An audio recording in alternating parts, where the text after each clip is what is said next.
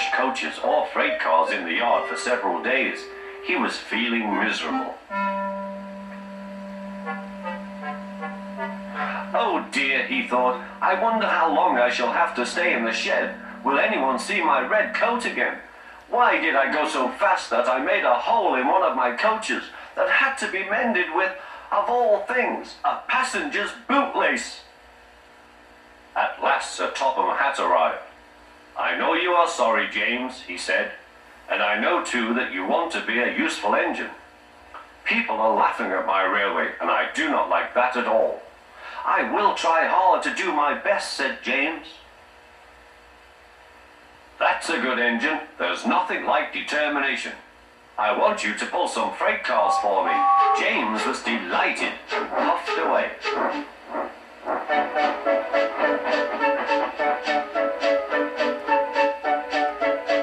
Here is your freight train, James, said Thomas.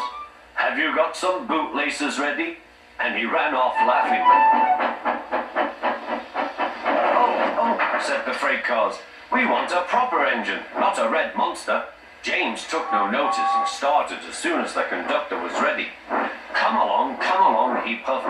We won't, screamed the freight cars. But James didn't care, and he pulled the screeching cars sternly out of the station.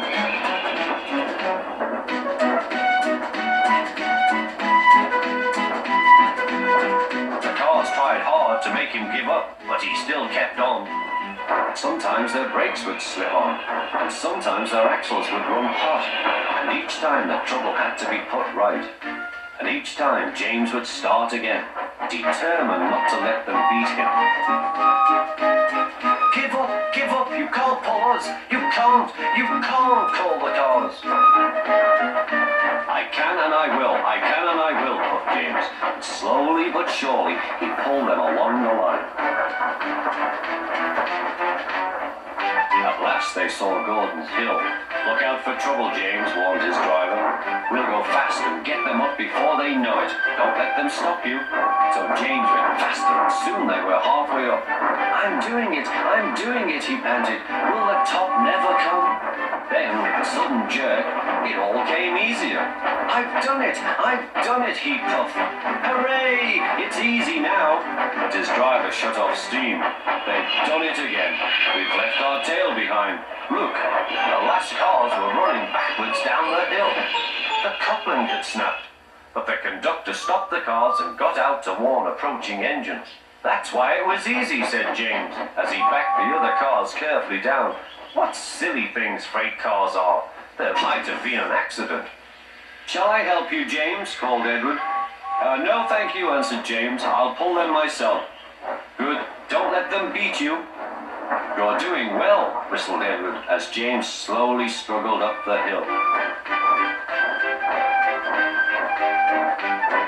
I can do it, he puffed. He pulled and puffed as hard as he could. I've done it, he panted.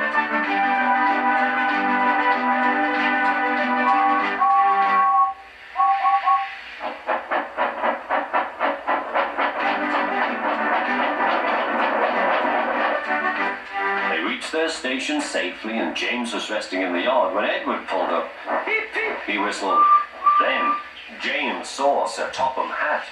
Oh dear, what will he say, he asked himself. But Sir Topham Hatt was smiling.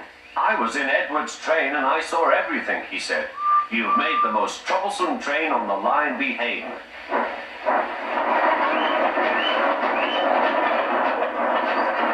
After that, you deserve to keep your red coat.